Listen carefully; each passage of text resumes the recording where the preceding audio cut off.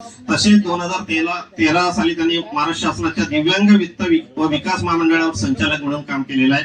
तसेच 2013 साली त्यांनी राष्ट्रीय अपंग विकास महासंघ ही संस्था स्थापन केलेली आहे.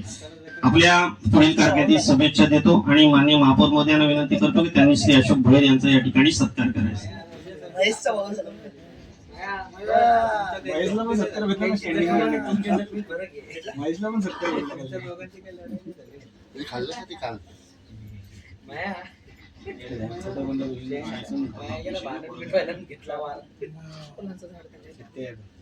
सध्या त्यांचे वडील बँक ऑफ इंडिया मध्ये सर्व्हिस करत आहेत. तसेच त्यांच्या मातोश्री या गृहिणी आहेत.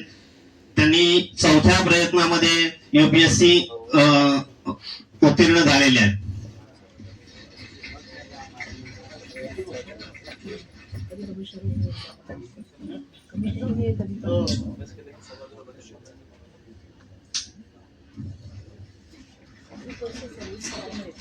अभिनंदन फारसजी मेश्री आपल्या पुढील कारकिर्दीसाठी शुभेच्छा देतो.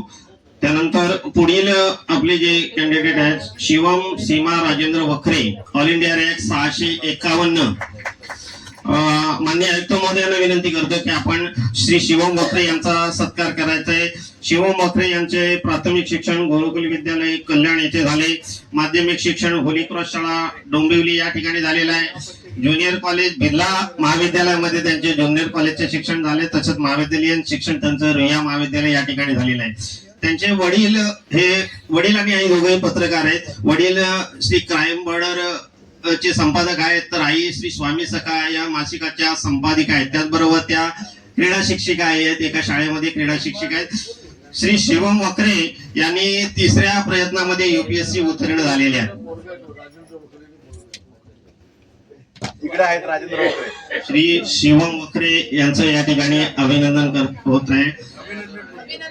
त्यानंतर तिसरे Pranav Prashant Bendari, all India rank 926. मी माननीय उपमहापौर महोदय यांना विनंती करतो की आपण प्रणव बेंडारी यांचं या ठिकाणी सत्कार करायचा आहे. श्री प्रणव बेंडारी यांचं माध्यमिक शिक्षण